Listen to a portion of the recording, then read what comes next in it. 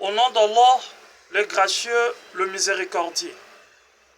Chers frères et sœurs, aujourd'hui, je voudrais poser une question qui touche le cœur de notre société. Et la question est la suivante. Quelle éducation donnons-nous à nos filles et à nos jeunes femmes?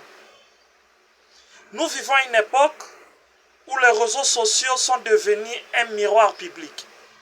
Malheureusement, certaines femmes, pourtant respectables, se laissent aller à publier des choses qui ne reflètent ni leur dignité, ni leur valeur, ni leur foi. Ce message n'est pas un jugement, mais un rappel fraternel, un appel à la conscience. Chères filles, chères sœurs, Allah le Très-Haut vous a honoré par la pudeur et la noblesse. Comme le saint prophète Mohammed sallallahu alayhi wa sallam a dit, la pudeur ne fait partie que de la foi. Cela est rapporté par Al-Bukhari et authentifié par Muslim.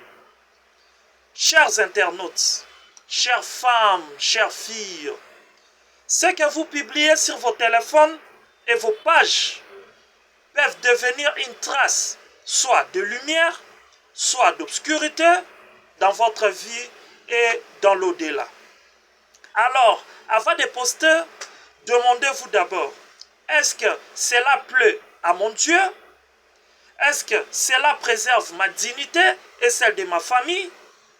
Est-ce que ce que je vais publier reflète mon éducation et ma foi? Car une femme qui se respecte, c'est une femme qui a la crainte de Dieu. Et une femme pieuse vaut mieux que 1000 femmes séduisantes, car sa beauté est dans sa crainte de Dieu qu'on appelle at-taqwa. Le respect commence par soi-même, dit-on. La vraie force d'une femme, c'est sa foi, sa pudeur et sa sagesse. C'est pour cela, chers parents, éduquez vos filles dans la pudeur, dans la foi et dans la crainte de Dieu le Très-Haut. Enseignez-leur que la valeur d'une femme ne se mesure pas à ses likes, ni à ses photos, ses abonnés dans les réseaux sociaux, mais plutôt à son comportement, sa foi et son intelligence du cœur.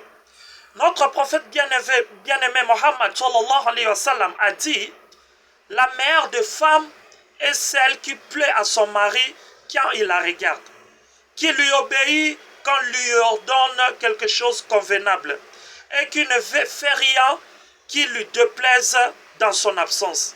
Cela est rapporté par Ahmad. C'est pour cela, préservons nos foyers, nos filles, nos sœurs et notre société de tentation du monde virtuel. Et pour finir, nous demandons à Allah de guider nos filles sur le droit chemin, de remplir leur cœur de pudeur, de sagesse et de foi, et qu'il protège nos filles des influences néfastes. Chères femmes, rappelez-vous, la dignité n'a pas de prix, et celle qui garde sa pudeur garde un trésor que Dieu lui-même protège. Une femme pieuse est une lumière dans sa maison, une bénédiction pour sa famille et une fierté pour sa communauté. C'est le message de l'imam Suleiman Vonga pour une génération consciente, digne et guidée par la foi. Qu'Allah vous bénisse tous. Barkallahu fiikum.